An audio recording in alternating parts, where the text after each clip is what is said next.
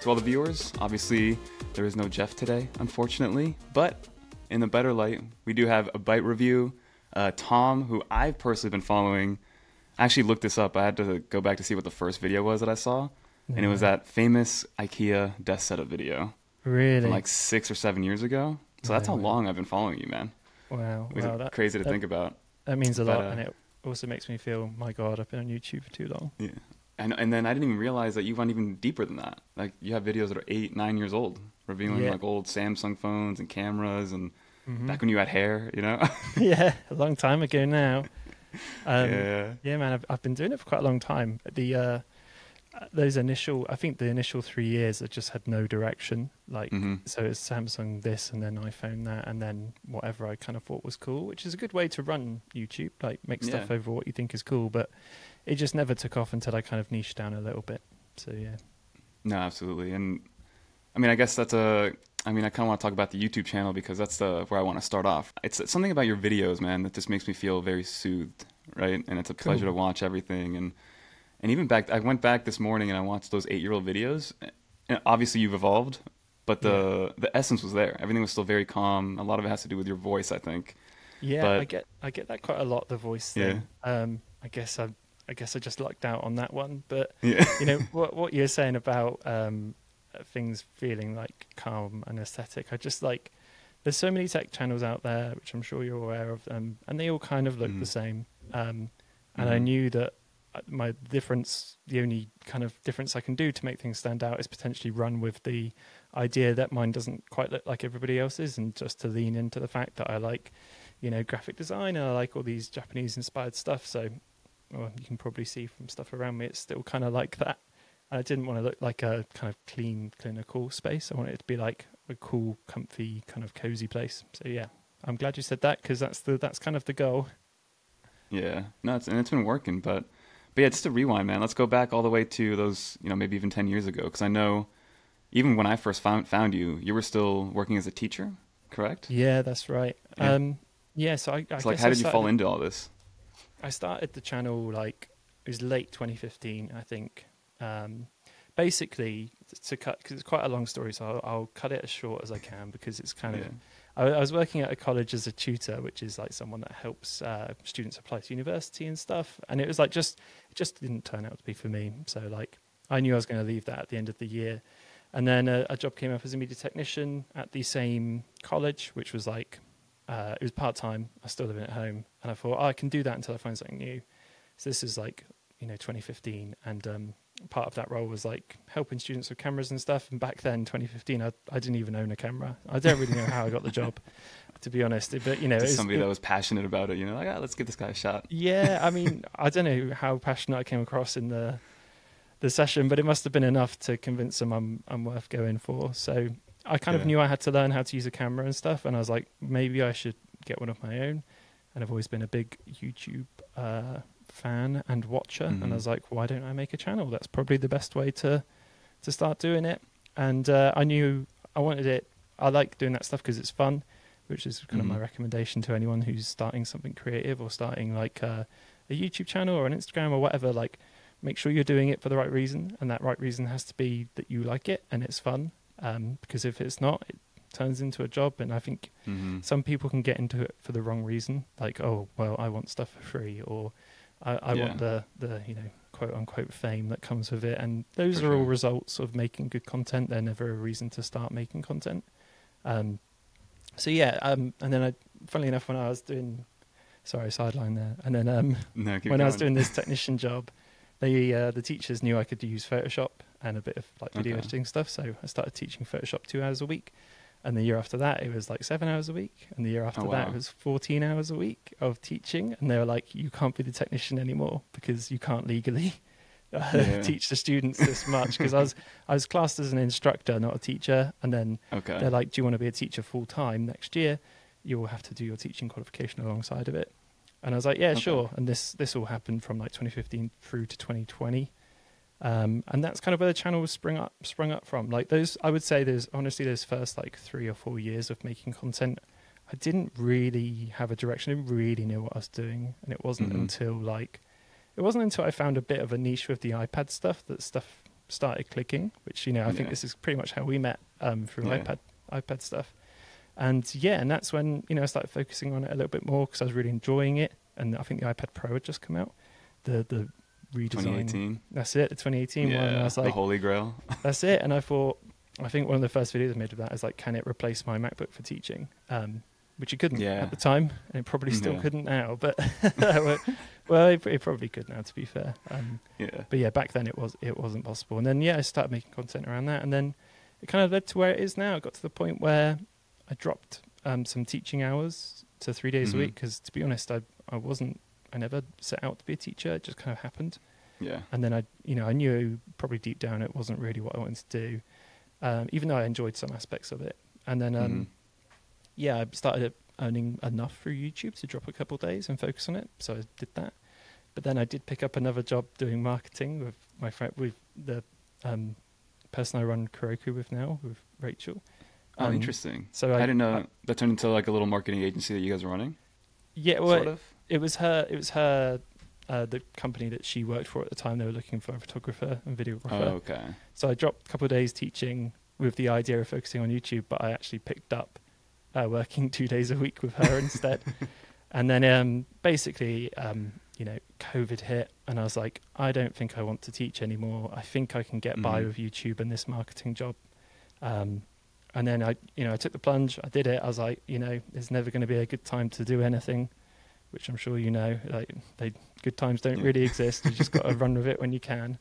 And then, Exactly. and then YouTube got big enough a couple of years ago to go full time. It was 2 years ago now, pretty much, that I went full time on YouTube. And stuff started picking up. It was only the last couple of years that I broke 100K on YouTube, and now nearing the 200K mark. It took all of that time to figure out what to do and what not to do and stuff like that.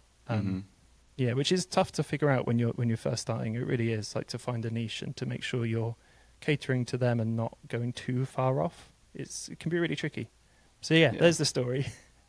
No, I mean, I've always wanted to know kind of how it came about, and I'm always interested, especially on the creator side, because I've been obsessed with YouTube since probably it came out, and I'm sure you have as well, like you were mentioning. So it's always cool to see people's stories and how everything just kind of shapes around. And it's funny because I was at a kind of like a family gathering last weekend, and I was kind of explaining what I do to people, right?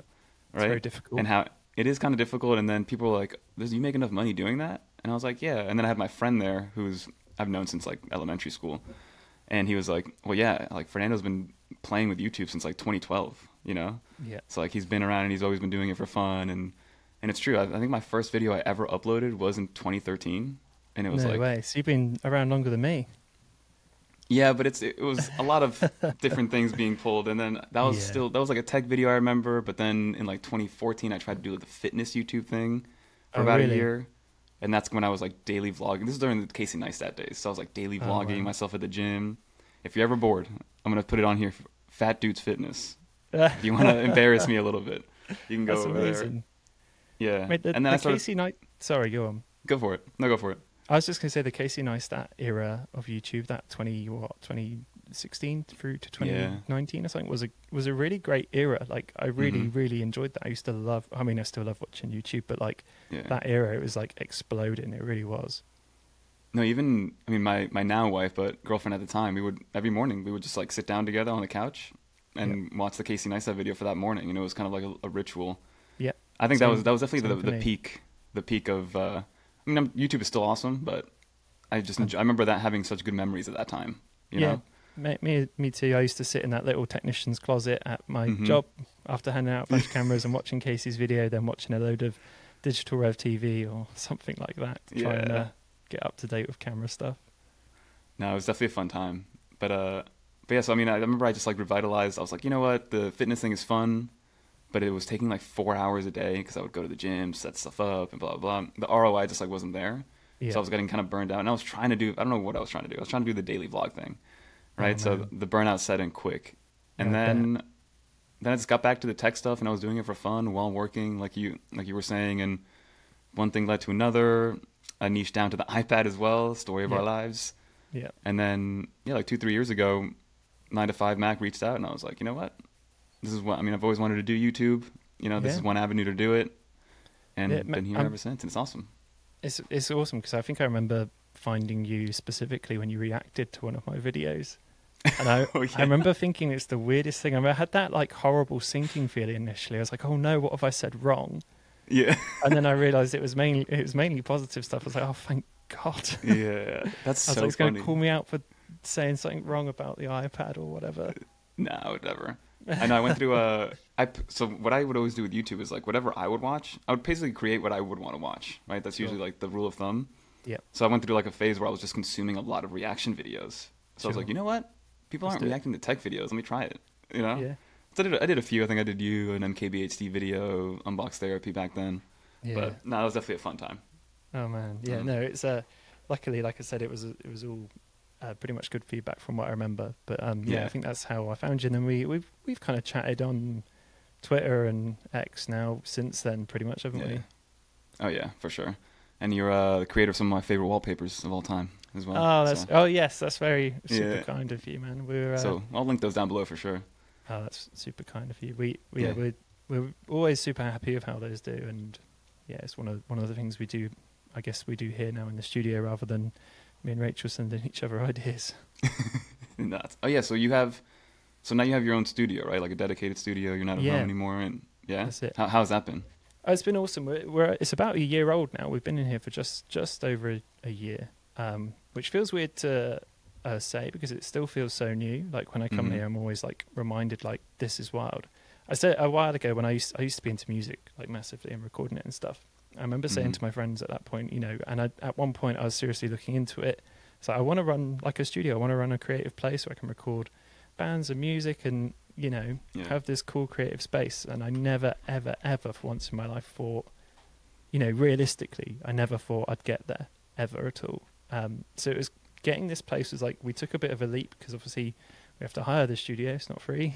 We're super lucky because it's like over the road from where both me and Rachel live. So it's very, very close, which is great. And then, for it to come round full circle for something different for video was this cool moment for me. I was like, wow, I cannot believe YouTube has brought me my own studio. It's bonkers. It's amazing. Like, I owe so much to the platform that I, it's just mad. And it's one of those great things. I always wanted a studio and then finally getting one.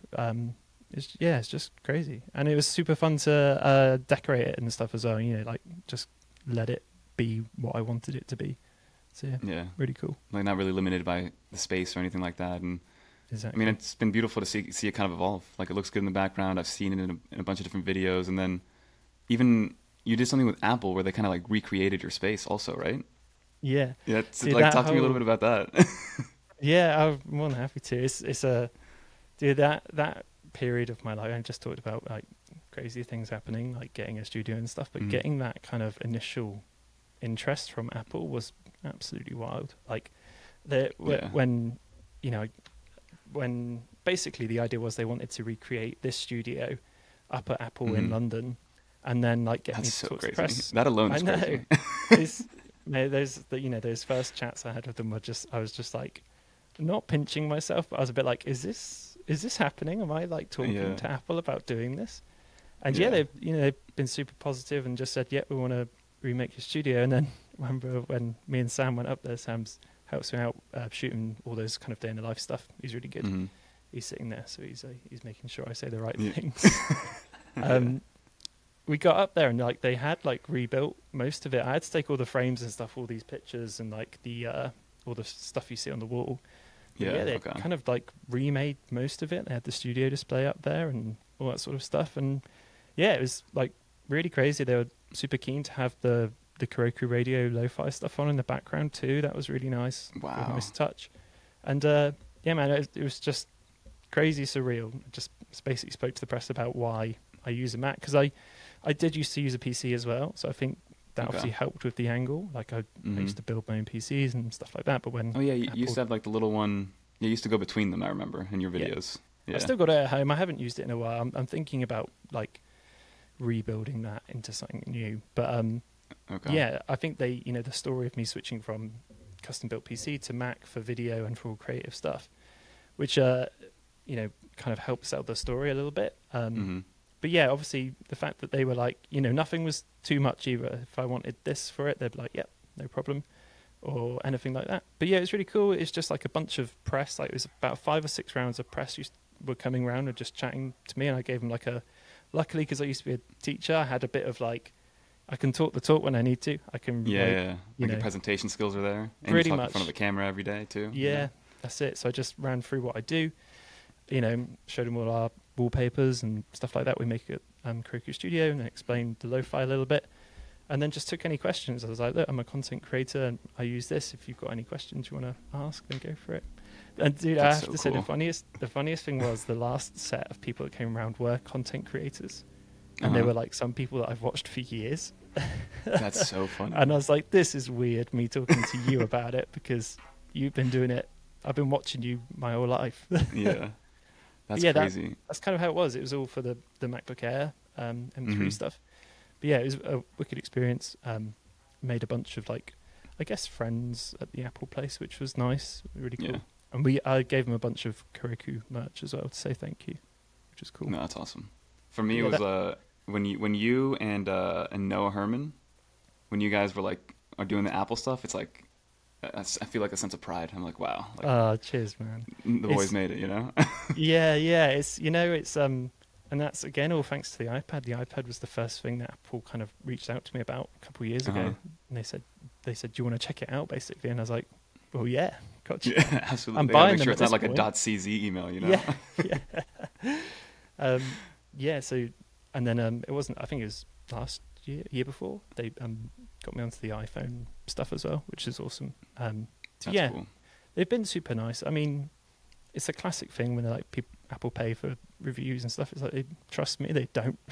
I was gonna say, yeah, they don't need to. Like people don't understand that they don't need to pay for anything. No, they really don't. I mean, like I say, they're very gracious when I was up there and super helpful and all that sort of stuff, and we could ask for stuff. But yeah, it was not a paid thing. Well, I mean, that's been awesome to see, man. But I do want to segue into the iPad a little bit, Go for it. Because like we said, that's where I niched down with my personal channel. It was just like I found this kind of world where people wanted to use the iPad in professional settings, but they weren't able to, and we wanted to do workarounds. And it was amazing that there was that many people that were interested in it. Yeah. So, again, 2018 is when I really fell in love with the iPad. When the new one came out, I remember I opened it and I was like, this thing is crazy. This looks wild. Like we're in the future. And 6 years later, it relatively still looks the same, right? For better or for worse. So I guess talk to me a little bit about, because I know I'm one extreme. My iPad is my end all be all, even though I'm using a MacBook Air right now to record this podcast. But where's the iPad fit for you? I know you love it. I know it's got a place for you in your workflow, but it's not your end all be all. It's not the end all be all. I've always seen, I think the same as you, when I got that iPad Pro 2018, I was like, this is going to replace my laptop, and I cannot wait, because it's not so much like I was sick of using a laptop. Far from it. I just, the idea of working on that iPad for like, for drawing and for like having it just adapt to what you need in the day, especially as a teacher, can be like the idea of it was crazy. Like I was like, no way, that's going to be so good for like, I won't have to plug it in all day. Number one, that's so useful. I can like draw on it, and I can like mark people's work on it, and I can, all this stuff. I was like, this is going to be awesome. And, for the most, some of those parts, it was really good, like marking people's work and, being able to draw on. I used to link it up to the smartboard just through USB-C, and then just draw on it, and that was like almost like a full iPad up there, which was cool. Yeah. And then since then, same as you, I kind of always try to use it in these professional settings. That's where a lot of the videos came from, was me trying to figure out how I can use it more and get the most out of it, and because that's what I wanted from it. I wanted it to replace my laptop, but it turned into like, I think I knew this a couple of years ago, and it's definitely fallen that way recently, is like it's the best companion you can kind of have for a Mac. It's really, really good at being like a go-between, and I think that's where it was initially put. It's not supposed to replace the Mac, even though it kind of can now. It's this awesome little device which is a good go-between. Like, so I had it on, I have it on a stand a lot next to my Mac, so I use that universal control, and just I can like pull stuff over to it and stuff, and like I still do actually, like I just have Twitter on there, or I'll just have Instagram on there, and I can just Mm-hmm. pull the stuff over and just post onto it rather than having to like open up my phone, which is true. a big distraction machine. Oh, yeah. Yeah, and then so I can just post on there. I can just post on TikTok on there and stuff like that, which I found really useful. And it's a good scroller. Like, you know, if you've got Twitter Yeah. up on there or something, you can just like power through it really quickly without having to like jump to it on your Mac and that sort of thing. So for me, it's been great for that. It's still really, really good for like Rachel and I use it a lot for like the Heroku stuff. So she'll draw designs on there for Procreate. The new wallpaper sets we're working on now are all done on iPad, which is cool. A lot of those start on iPad, but they never finish there. They always kind of finish up in Photoshop, or they finish in InDesign, depending on what we're doing. But yeah, the set we're working on next is all going to be iPad based, which is something we're going to shout about a little bit as well, because before, like, I've been reluctant to say like I do it all on there because it's not strictly true. It's like they start on there, but then they kind of evolve. But yeah, that's kind of where is there a reason? I'm just kind of curious. It's just tools. Like Photoshop tools is just like if you can do like, I'm sure this kind of goes for the iPad as a whole, you can do like 80% on it, and then when you just need something really specific, it's like, okay, bring it over to the Mac and we'll get the final bit touched up or something like that. You know, that's just how it goes. But yeah, like I say, this new set should all be iPad based, which is cool. Oh, that's nice. Yeah, so I mean, I guess you found a nice little living space for the iPad. For me, it's been I want to say I do like 95% of it. Every now and then, like I said, I'm using the MacBook Air right now to record this podcast. I'll even like I edit all my videos on the iPad, but then offload it to an SSD, and then I upload it from a Mac. Why, I don't really know, because I could obviously just upload it from my iPad, but there's something this last mile of doing anything on the iPad where you just feel a little bit more secure on a Mac computer. 100%. That's kind of my sense with it. I'm exactly the same. If I did a few edits on iPad for like Instagram Reels and stuff, and I still just end up pulling it over to the Mac just because like just finishing it on there, just something not right. Like the browser experience on iPad is great, but when it comes to like YouTube analytics and stuff, it's like, oh, I need it to be like, I need the desktop full one. deal. It's like booking a holiday on your phone. It's just wrong. It's like, get the computer 100% agree. That's a great comparison. Yeah. It's like, I'll do a little research on my phone, to see where I'm going, but when I'm paying, I'm going to the computer. Yeah, exactly. And I still have a bit of that, definitely. Yeah. When it comes to the iPad and Mac use. But I was going to say, I'm super impressed that you've you do so much on it. Like whenever you like post on Twitter and stuff, it's like I'm doing the full video edit on here. And it's funny because something about video editing feels so right for iPad. Like it should be incredible on there, and it can be, but like Final Cut on there is just like, I'm so used to the Mac version, not having it all just feels really strange. And I know like you use LumaFusion, don't you? Yeah, I do. Yeah, I know that's a really good one, but it's like, am I really going to learn a new video editing tool for no real reason? It's moving between video editors is like it's a hassle. I moved from Premiere to Final Cut, and that was enough. Yeah. No, yeah, I mean, I think I fell in love with the hardware so much back in 2018, 2019 that I definitely like forced myself onto the iPad. It was obviously more efficient to do most things, especially from a work standpoint, on a desktop.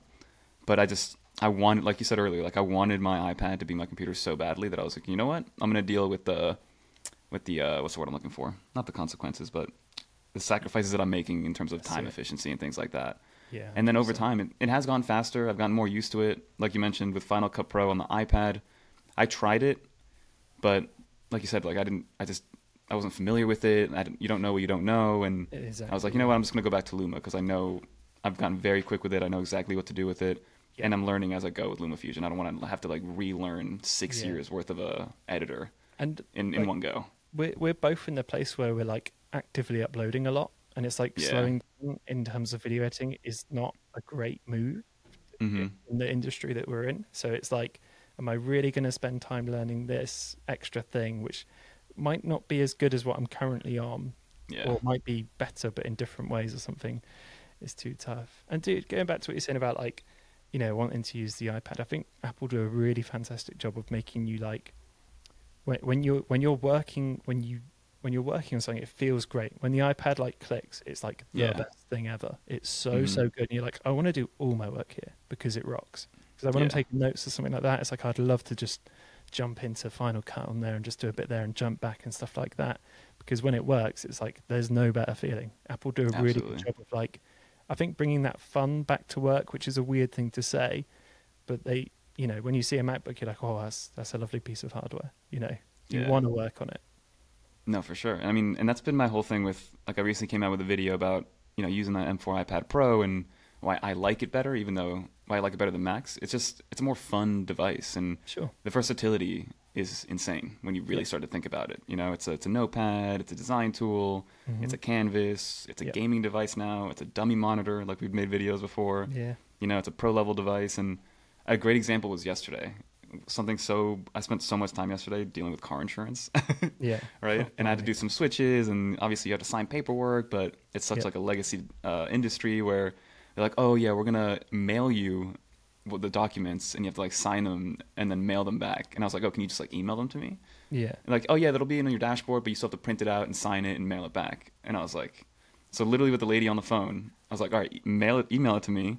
And I pulled it out on my iPad, filled out the PDF right then and there with her, and then mailed it right back to her, you know?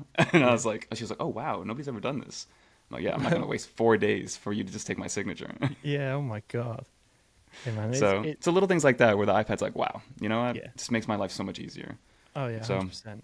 Yeah, and the thing is, you can't underestimate how, if you're having fun on a device, like making something, then you can't underestimate how good that is for you and how good that is for like your, you know, workflows and stuff. It's like, I don't want to get off this thing because it's so awesome. But yeah, no, for sure. Apple are great at doing that. Absolutely. So last iPad thing before we move on.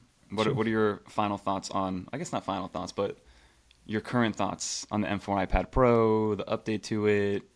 How is it? How does it compare to the rest of it? What are your thoughts on it?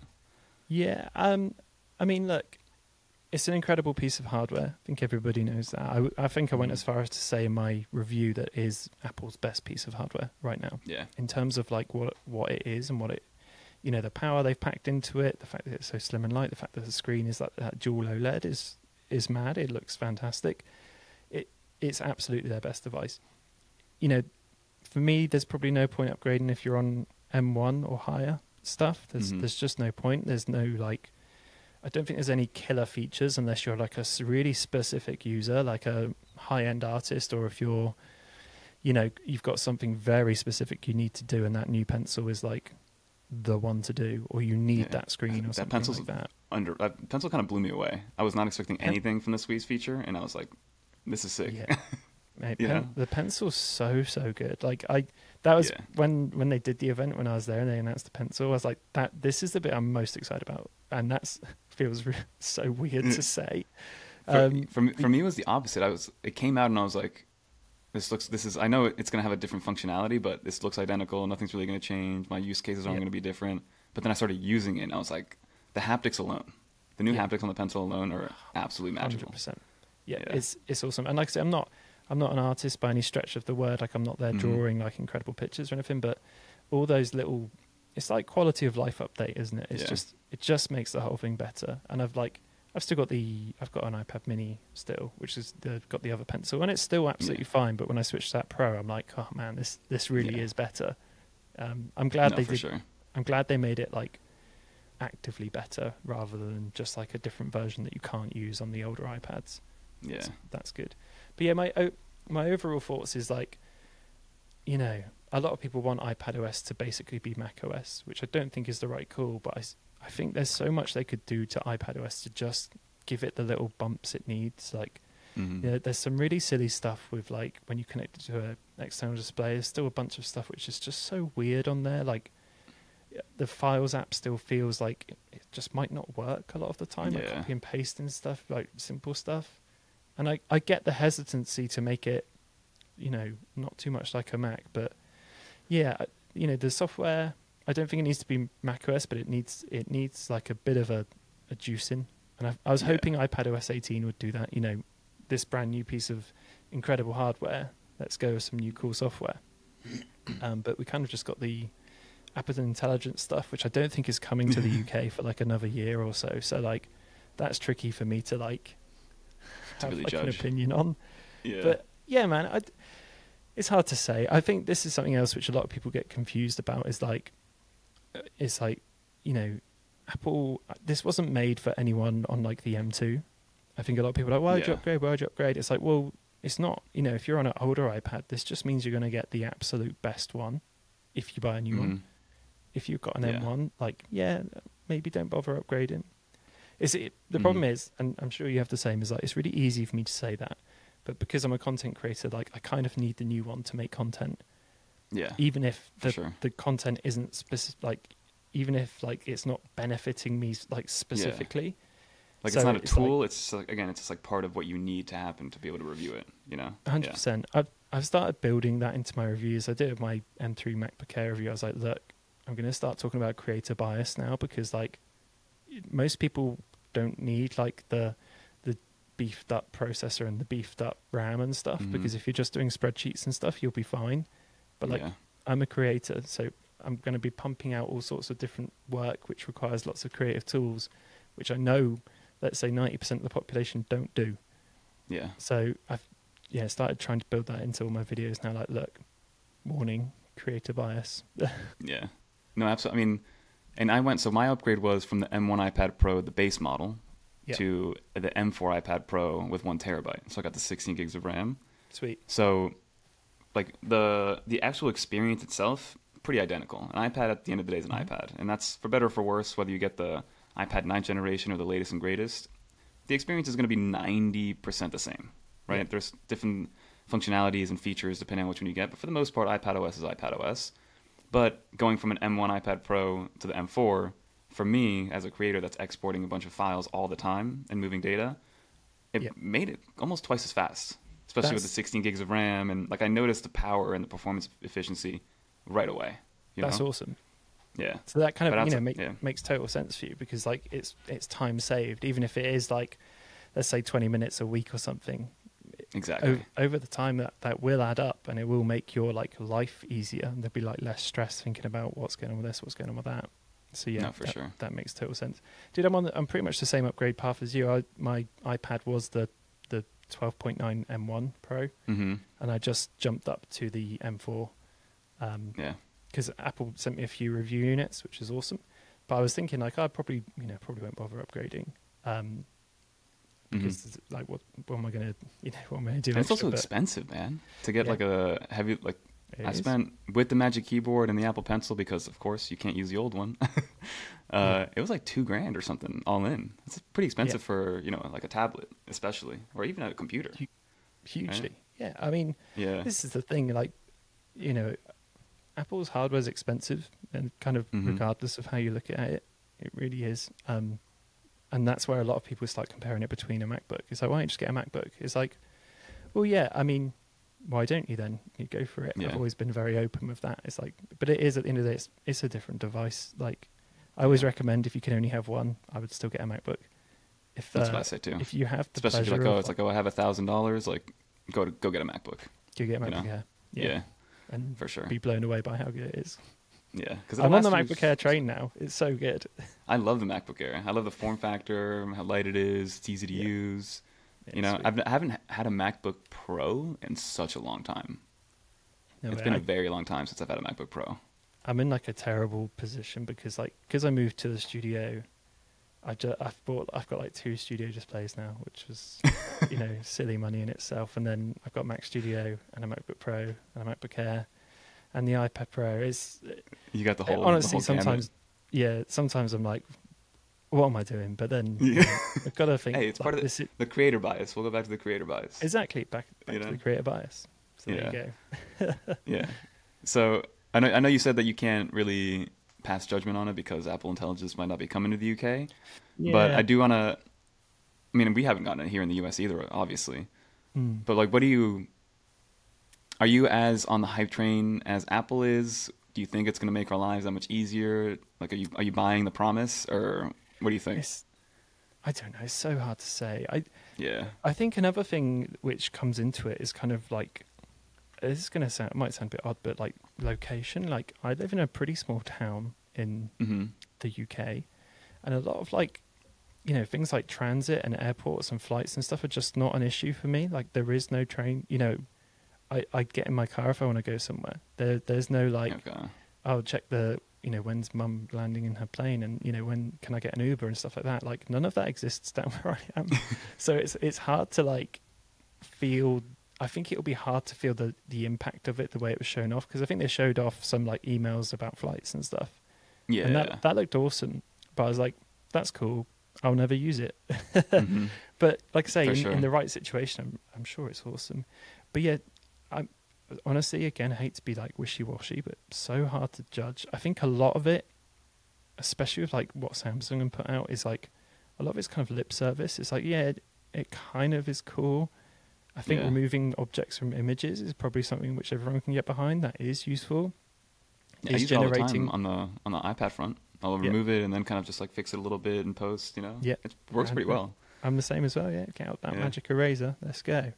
But yeah, like the other stuff which, you know, generating like a cartoon image of something is, I don't know. Like, you know, for what? Yeah.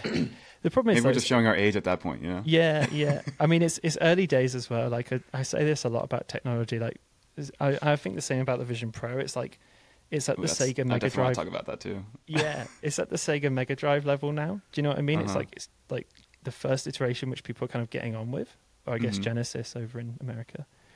You know, in 10 years' time, it will be so different. So it's almost like I almost don't want to, you know, poo-poo it because it's brand new. We don't know yet. Yeah, we just don't know. But yeah, as for now, it ain't coming to the UK for a little bit longer, I think. So it's kind of hard to say. You have to fly over to New York and try it out with me. Yeah. Local lab video. You know? That'd be cool. But I do. Have you made Vision Pro content or no? No. Yeah, it's only just come out. It's literally only been here in the UK for like 14 days. Have you gone to go demo it or no? No. Like, dude, sorry, going back to geography. Like, we don't have an Apple store, so I have to. How far is the nearest Apple store? About an hour and a half away. It's not too long. Okay. Well, no, it's a bit less than that. It's a bit less than that, but it's not too long. But it's a small Apple store. You know, it's like, you know, there's no space for like sofas in there, like you see in, you know, when people are demoing out in stores. It's like this big thing. It's like, you know, there are places like that in London and stuff, and in the bigger cities. But yeah, the biggest city to where I am is Exeter, and the Apple store there is very small. But yeah, dude, I would love to try it out. I've actually never tried out any VR ever. So I'm like, so you're like me, missing on that. Yeah. Because like I didn't tried it either. No, I did. So I did get the Vision Pro. I ended up selling it, but I'll give you my 2 cents about it. But Vision Pro was my first foray into any AR VR. I think I tried the Meta Quest once, but like I took it off my head after 10 minutes, you know, or after 5 minutes, and all I did was like walk the plank. I remember. So that was my first. So the Vision Pro, I mean. Just to give you my quick synopsis. Yeah, tell me. I'd love to know what it's like. It's as close to like magic as you can get. Not to like overhype it. Yeah. The tech is awesome. The way that it works is you have these like I had like these moments where I was like, wow, I can't believe this is working. Like this is working how it's supposed to work. I'm using my eyeballs to like to decide on where to go, you know? And some of the use cases and demos are surreal, and there's a reason why it's so expensive, because it works very well. Yeah. But in that same light, it was like after I used it for a while and I played with all the really cool stuff and I was wowed by it, in my like on a normal Tuesday at 11 a.m. I had no use for it. You know, like I could put it on and use it as a second display for my monitor, but A, it only works for Mac. Yeah. It doesn't work with my iPad. And B, bizarre. it was just like, yeah, that is right. Even though it runs iPad apps. Yeah, I was going to say it's more iPad-like than I guess it is a Mac. Yeah, so I just couldn't find a good use case for it, especially at that price point. Sure. For me to be able to hold on to it and keep it. I ended up selling it. I've heard the same from a lot of people. Not everyone, but most people I've spoken to have said similar stuff. Like, can't justify hanging on to it, and you know, other creators as well have said the same thing, which is, again, bringing in that creator bias. You'd think it would stick around, but like there was nothing. I guess like I'm not gonna say there wasn't like professional reasons to use it, because there have been use cases like in the doctor field and things like that. But for what I was Sure. doing day to day, it didn't add any value. It was very cool to play with, very cool to show off to people, seeing people's reactions with it. Yeah. But then also, I'm in a situation where I'm in a room all day by myself, and the last thing I want to do is when I get off of, like, stop working, get off of work, put this headset on and like ignore my wife and daughter. Yeah. You know? It's not quite right, is it? Yeah. So it isn't. It felt weird to do, especially after the honeymoon period ended.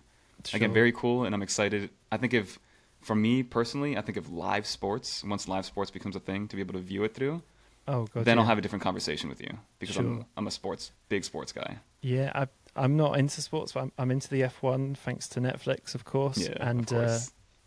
I've seen like the demos of what that could potentially do, of Mhm. like looking at cars on the track and stuff. That would be sick. I mean, I think you'd have to be broken inside to not think that's cool. Like that's Yeah. the ultimate one. But yeah, you're right. I mean, getting like a top-down view of a pitch, or like being there with other fans when you can't be, like, Mhm. wow, that would be awesome. Like courtside at an NBA game, or even that. Yeah. I mean, I had a little video go viral on Twitter where I did have like, I wasn't viewing it in VR AR, but I had my like NBA app open in one side, and then I had like I was playing a game on the other side. So it was cool. Like it was very very Iron Man like, and but again, I think the price point's a little restrictive for a lot of people, because Sure. you can bet a MacBook, iPad, and iPhone for that price, you know. Yeah. So That's awful to think about. right, but let's see how it evolves. I think eventually it'll hit its stride. It's definitely the best thing I've ever seen from AR I'm sure VR it will. perspective. Yeah. And then we'll just see what Apple ends up doing with it after, because I'm curious to see how Europe kind of takes it in. It's weird that they Yeah. didn't release it all right away, but I'm curious to see what people's reaction are kind of on your side. It took a while, and a few people have asked me why, or not why, or they've asked where's the Vision Pro video and content. But I don't know about you. It must be the same for you. But I think when it first came out, it had this massive virality. A lot of people went viral from wearing it, like in on a train or on a plane and stuff like that, which was cool. But actually, and I've noticed this massively because I'm a YouTube consumer first and foremost, is watching people use Vision Pro sucks. Like you can't get a sense of what it's like, and when they show the screen recording from the inside, it's all jittery and it's all like it just looks rough. And it when you're using it, I'm sure it doesn't look rough, but from the outside in, it does not sell the look or the feeling the same way that I think people can't connect with it. Like you can connect with using the phone because you use it every day, and on our iPad you can show something off and people can use it immediately, which is awesome. But for a Vision Pro, it's very difficult to show it off in a way which people understand, or people are actually even interested in buying one. Most people have already turned off because it's $3,500, so they can't afford it. So they're not going to watch content on it. It was, even with it, like I said, with the screen, like you said, with the screen recording, it still kind of looked like broken, because Apple's doing this, like, again, I learned like new vocabulary, like foveating, in terms of like blurring out things, and then so it doesn't translate in a 2D space, and it was so there's only so much you can show off. So I do think if anybody does have the opportunity, especially now that it's in more countries, go get a demo. The demo will be enough to wow you and be like, wow, this thing is actually really cool, and just kind of scratch that itch to figure out exactly what it's like. Because a demo, spend 20-30 minutes with it. It's a good stepping stone to see what it's like. Yeah, I need to book in and go and see it for sure. I'm also worried, of course, because if I wear one in a video, I'll have to take my hat off, and then my big boldness will be on show for the world to see. Yeah, you do have a hat on 24/7, huh? Pretty much. Pretty much. For me, I'm just kind of, I'm growing my hair out right now, so it's crazy, Mate, you've got a strong hairline there. I know. I don't know where it came from, because my dad's pretty bald. Oh, is he? So, do you know the worst part is my dad isn't bald. He's got a pretty good hairline. So really, yeah, it's some old genetics kicking around which decided to do me over. Oh, well. Yeah. When did you decide to just shave it off?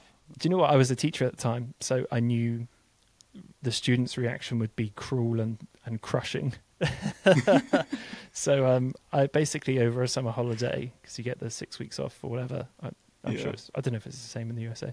And in that time, I basically saw a few pictures of myself from behind, and like the bald patch was like, it was. I don't want to say bald patch because there was hair there, but it was a bald patch, and I was like, it's got to go. I just said to my girlfriend, I was like, right, I'm going to buy the shaver. Let's do it. And she's like, are you sure? I was like, yeah, just get it gone. And then the first day I got back to college, the first thing I said, I came in, I was wearing a hat. I just took my hat off. I was like, look, before we get started, I am now bald. You're going to have to all get used to it. And I also said to him, I was like, I'm so annoyed because none of you told me I look stupid from behind. I was like, no one had the guts. So funny. Hey, I mean, that's tough. People don't want to accept that, you know? It sucks. Dude, the worst part is I still get ads on. I still get ads online, like, from Keeps. It's like, oh, keep your hair. Oh. I was like, it's gone, mate. It went years ago. So I always press not interested, but it keeps popping back up. It must be because I'm over 30 and a male. Yeah, I wasn't asked how old you were. I have no idea. I'm the full 33. Okay, nice. the full 33. Yeah. So I'm 30. So I'm there with you. Oh, that's okay then. Did you look much younger? Must be the hair. Probably the hair. I mean, if I shave this dirty mustache off my face, I'd look even younger. Dude, the worst part is I can't grow a beard either. So I'm like the full on. There's no beard. Yeah. There's no hair. It's dreadful. But I mean, it fits the aesthetic of the channel too, in some way, you know. That's nice of you to say, even though it's not true. Oh man. No. But for anyone out there who is listening and who's going through that period, I would just recommend pulling the plaster off. I felt 20 times better. Literally the second I shaved it, I was like, why didn't I do this 2 years ago? So, like, I only know you without hair. Like, when I saw, there was like one thumbnail when I was looking at your old videos, I was like, whoa. Yeah. He had hair? Yeah. And the worst part is when I look back, like, the hair wasn't even that good. Like, you know, I wasn't doing anything with it. The side over, you had like very straight hair. Yeah.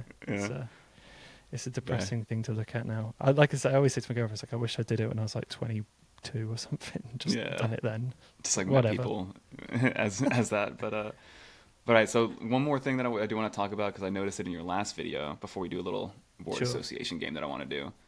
So you did a video about like your favorite tech of like the half point of the year. Yeah. And one thing that stood out to me was that you were wearing.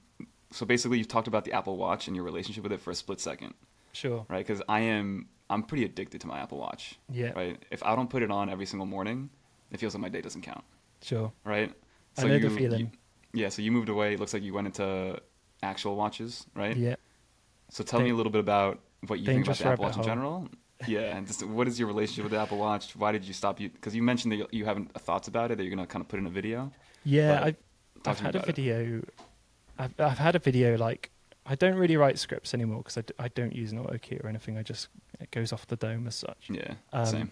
But I have, like, you know, bullet points of what I'd like to talk about. And I've had a video, I guess, like half scripted out of like why I don't use it anymore and all that sort of stuff. But I've always been kind of reluctant to make it because the channel, I always think the channel isn't about, I want to make people excited for tech, not the opposite way around. And I know a lot of people really love them. Like, you just said you love them. I don't want to talk smack about a product which I know a lot of people really love, which is why I haven't reviewed the Steam Deck, because I hate that thing. But everyone seems to love it. Playing it. You were playing that game. What was it? Hades 2. Hades 2. Which is absolutely awesome on Steam Deck. It really is awesome.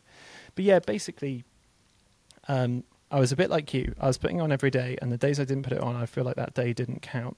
And then I was also, it kind of came to a crux point for me because I was, again, going to throw up the creator bias here, but I get a lot of notifications, as I'm sure you do, probably more than the average person, because I get over 1,000 a day through Instagram, which is a lot. I've turned off all that stuff. I've turned off most of Instagram now, which, could have probably alleviated a lot of it. But basically what happened was I was talking to a friend, and I got a sponsor offer in, and it was one I'd been chasing for a while. It came through, and I looked at my watch, and I was like, oh. And I immediately broke a conversation with him, like immediately. Ooh. And I read this whole thing on my watch. Like, I wasn't being intentional about it. I just, talking like we are now, and I just went like that. And he was still talking, and I was just looking at it, like using, scrolling. Yeah. And I was like, in my head, I was like, oh, sweet, that's finally come through. Sure, that's awesome. And I was like, man, I've just like completely broken my human connection to read this digital thing on my watch. Like, what's more important right now? It's talking to my friend, not looking at my watch for an email which could have easily waited. This was in the evening anyway. It's nothing I could have done to reply because they're, American based on UK, so they weren't, they wouldn't have been whatever. It's not like it would have picked up. So that was a big one for me. And I was like, this isn't, you can say the same for a phone. A lot of people look at their phones all the time, but my phone is on silent now all the time. I have vibrate off. It's just basically dead unless I decide to pick it up. Mm-hmm. It was just kind of input overload. Also, I needed the watch thing came up. Oh man, I don't know, something about being over 30. It will happen to you soon when you just like start looking at watches and it's like, mm-hmm. Oh no, now I want this and now I want that, and then YouTube algorithm took over and it's like only showing me watch content. Oh wow. And then basically, my brother got married a few years ago, and then I was like, I can't wear an Apple Watch to a wedding. I need to buy an actual watch, or just not wear one. So I ended up buying a watch, but I wore it for the wedding and then put it in a drawer. And then when I decided to not wear the Apple Watch, I started wearing it again, and I was like, oh, this is actually really nice. Why did I stop wearing it? And all the photos I saw myself in, and videos and stuff, was like, oh, it actually looks nicer than just a square on my wrist, like a blank square. Yeah. And it kind of came from those two places, really. Like I say, I will make this video at some point because Sam, who was helping me out earlier in the year, had like a really good idea of how we could do it. So we'll do that at some point together. I'll definitely be looking out. Yeah, he's great. He has so many ideas which I don't have in like a more filmmaking fashion. Whenever you see a video on my channel that's more filmmaking-y, like the day in the lives, it's got Sam all over it. Which I love, by the way. Yeah, thank you. They're the most popular. Yeah. Not in terms of views, but in terms of like good comments back. Mm-hmm. It's all I owe so much to Sam. He, funnily enough, is also Rachel's husband. Shout out Sam. So yeah, he does a lot with that, which makes it great. But we were working together for a little bit. We're not so much now, but we kind of call on each other when we need it, which works really well. That's interesting how you bring that up, because I mean, I also get a ton of notifications, and it is annoying. I end up putting my stuff in a certain focus mode a lot of the time, where like literally the only person that can reach me is my wife. But for me, I'm addicted to it for like the fitness features of it. So, and again, I have found myself wanting to wear a normal watch, but I won't do it because I want to get my steps in. I want to make sure I close my rings. I want to make sure my heart rate is being measured at all times because I've gamified the Health Kit app and stuff like that. So that's why if the question of if Apple made a ring that gives me 90% of the data that the Apple Watch gives me, I want that. I would move to immediately. I would go to the ring. Yeah. So would I. So that's kind of like where I'm at, but I do get that feeling of the oh wow, like I just ignored my friend to look at this, because that does happen to me from time to time. But it's I don't know. It's a I problem. gotta It's a problem with like everything as a whole. Everything's grabbing for our attention anyway. So it's no different from just checking your phone when someone's talking to you. But the watch just made that a little bit easier to just quickly check. I mean, checking your watch anyway, like, is a bit of like it's almost like a rude. It's almost more rude because it's like when are we done sort of thing, which So and sometimes you do it by accident. Like I'm not checking the time. I'm seeing if like somebody. Yeah, I guess that's also bad. If somebody like important texted me, Yeah, it's saying like you're not important to me. Exactly, and like I say, I don't see that friend all that often. So it's like what really was more important.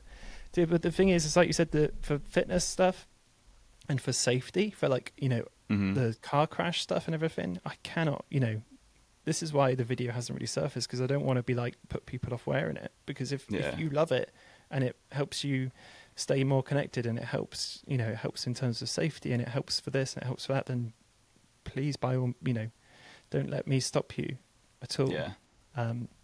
No, for me it's helped with I went through this like spell maybe 2-3 years ago with like health anxiety, right? I don't really know why. It kind of just like started happening, and that's why I started running, which I was not a runner ever in my entire life.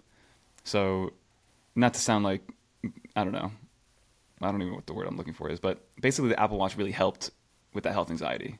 I would run, I would time my runs, I would see how my heart rate was doing over time, how it got better in terms of resting heart rate and my overall fitness and things like that. So it really helped kind of settle me in terms of the health anxiety thing. And now I'm good. So in terms of...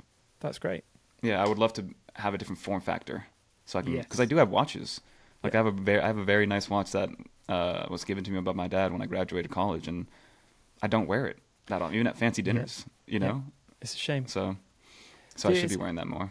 It's also like you said, when COVID hit, like I put on a bit of weight. I think I did talk about this in a video at one point. I put on a bit of weight, and then I started We all working did. out. Yeah, I started working out, and the watch was great for that. And then at one point, my watch pinged me. I think I was just sitting down, and it said, "Your resting heart rate has gone down. This is really good for your health. It means things are on an uptrend." I was like, "Wow, that's crazy. I'd never know that normally." Yeah. And it was just like, it was nice, a nice confirmation. And like you said, the days when I was working out, I didn't wear it. I was like, "Oh, it doesn't count. I've like Right, wasted that yeah. day." And that's It's like I ran for no reason. yeah, and that was a really hard thing to break. I had to like remind myself, it's like you're still getting the exercise. Yeah. It's just not being tracked. But I know it's a big thing, and like, that's why people wear Garmin's and stuff, don't they? Because they want to track all that stuff. No, for sure. But it was the hardest one to break off of. It really was. The first like couple of weeks, I was like, this sucks, because I like the Apple Watch a lot. Yeah. I really do. But Are you going to be wearing it anytime soon again, or no? Or is it kind of, for the most part, in the back burner? It's definitely in the back burner for now. I'm kind of excited to see if Apple do like a Series 10 and they change up the design a little bit. I know that's a big rumor for this year. And I've still got my Apple Watch. Did think about selling it, but again, the creator bias. Like, I need to, like, if something cool and new and interesting comes out for it, I kind of want to check that out. So I don't want to get rid of it. For sure. WatchOS 11 is kind of nice. I've been playing with it, but again, cool. on the health side, like with the Nice. Vital feature and the training load. So You're I also on the have a video Ultra. kind of lined up. You're on the Ultra, aren't you? Ultra One, yeah. Oh, sweet. I also use it as a viewfinder since I use my iPhone. I use the viewfinder every single day. Sweet. So well, it's irreplaceable in a way then. yeah, exactly. So it's tough, but maybe we got to find a middle ground. Not go so extreme. I'm a big man of extremes, unfortunately. That's fair enough. I did try the Ultra on in an Apple Watch in a store when it came out, and I did think this is awesome. I think it's really, really cool. Yeah. Now I'm a big fan of the Ultra.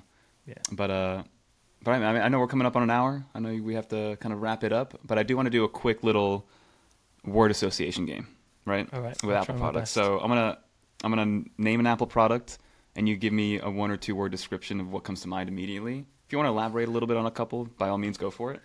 I'll keep it I to have, 1 or like, 2. Yeah. Maybe I'll ask you a question. Maybe I'll ask you to elaborate on one if it's an interesting word that you kind of pick out. All right. So I think I have like 8 or 9 listed here. So let's start with let's start easy. Original iPhone. Give me a word. Game changer. Game changer. That's a good one. Okay. AirPods. Absolutely essential. Ooh, it's true. I use my AirPods for freaking everything. I love the AirPods, man. I'll die on that It's- hill. Yeah, I think it's my most used product. Yeah, right? I feel I use sick it- if I leave them behind. I'm like, oh. Oh my god. I will turn back around up to like probably an hour and be like, nope, I got to go back and get them. Yeah. I can't start my day. Yeah. I feel that for sure. Especially AirPods Pro. The Yep. amount of power you get out of those things. Oh man, like, honestly, it's if I wild. lost them, I would buy them the next day. Same. That's one of the things where I'm like immediately I would get another one. Yeah. No they're questions so asked. good. Like I have the Sonos over-ear headphones. Great headphones in their own right, but even at half the price and 1/10 of the size, AirPods Yeah. Pro probably even better in the bass department, which is crazy. Sweet. But all right, so we elaborate on that one. Original iPod.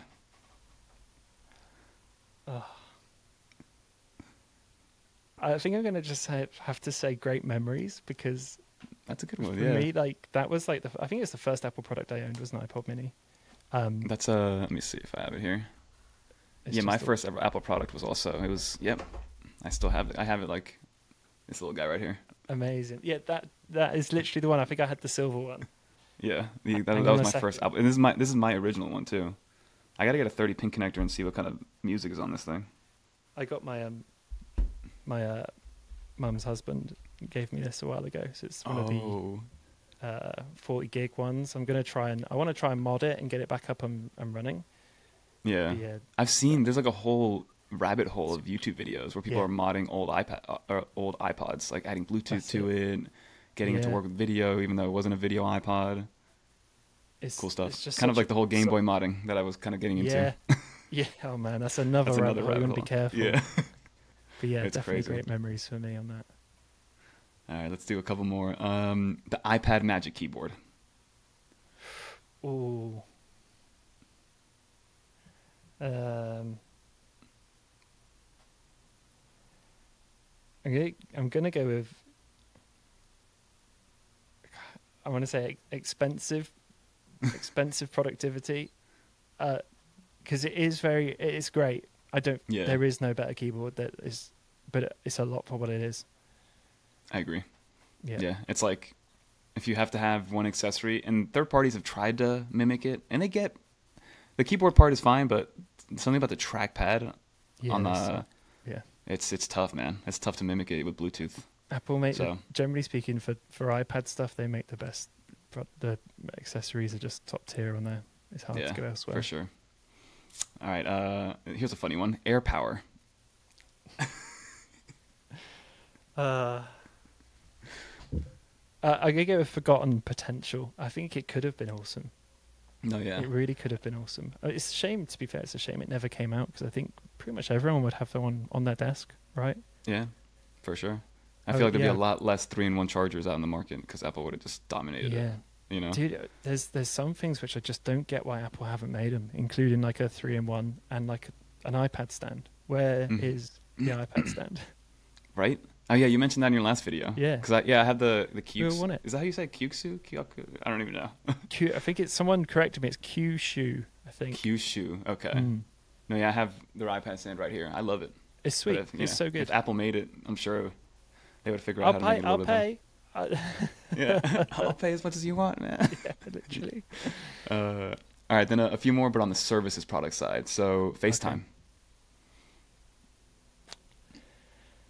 Oh man, this is really tough because I barely use it. Really? Yeah. Again, I think it's one of the UK things. It's like we all just go through WhatsApp, so it's tricky for me to have a. I guess it was the first one. Do you? Yeah, FaceTime. Yeah. Honestly, it's so rare I'd FaceTime somebody. Like, so rare. It's like I would rather FaceTime somebody than phone call them. Really? Yeah. That's how much I use FaceTime. Dude, I think what I mentioned earlier about this geography thing, I think things are really, really different depending on like kind of your own kind of situation. I have to give you some words. So I guess what I can say is like first video, because it was really the first, it's the thing that popularized it on phones. It was the first video call. So that's for sure. Sorry, FaceTime. Okay, that's interesting. I had no idea that like if you're like waiting at a bus stop or not at a train stop, people are FaceTiming each other. They're not on the phone, but they'll treat it like a phone call. They'll be like talking like this, but it's like I see people like FaceTiming.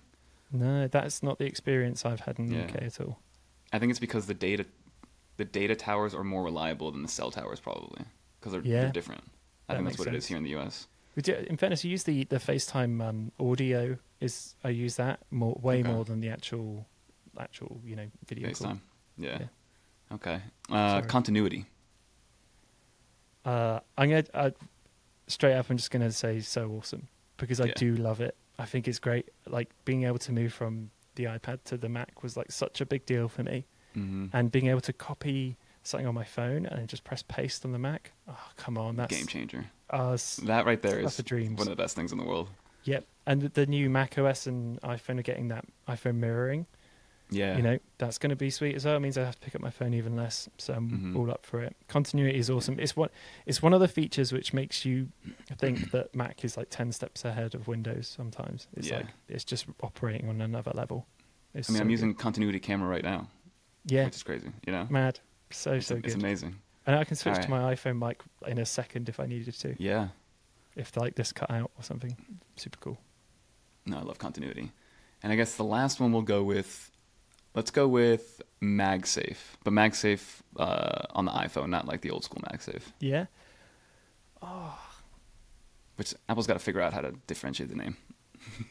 Yeah. Yeah. So that's because I do really like MagSafe.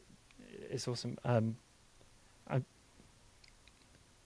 gonna go sticky goodness. Sticky goodness. No, I love MagSafe. That little the Moft stand that you talked about the other day. Oh, so love that stand. One of those things where I was like, I'm probably never gonna use this thing. I was like, who's They gonna use it? honestly, And then I use it all the time. they sent it to me as a sponsor like earlier in the year, and when it came through, I was so unsold on it. I was like, this, I don't know why I'd ever use this, and I've been using it non-stop. It's so good. Whenever I need to film a reel, whenever I need to take a picture, like I said in that video, I just slap it on because I never have it attached to the actual phone. It's just in my pocket or it's in my wallet or something. Mm-hmm. Just slap it on, get the photo real quick, bam, sweet. It's such a cool little thing. They also came out with one recently. Did you see the like physical notepad they released? They sent me one. Yeah, it's that's very cool interesting. Yeah, super. Mops comes out with some unique stuff for sure. Yeah, they do. They're like they really lent into that origami kind of thing. Yeah, it's cool. For sure. MagSafe is great. Sticky goodness. I like that one. But I mean, that's all that's all I wrote down. All I wrote down for the word association. I mean, that was cool. I kind of wanted to see your idea of how you kind of thought that way. I've never actually done that before. So I appreciate it, man. No worries.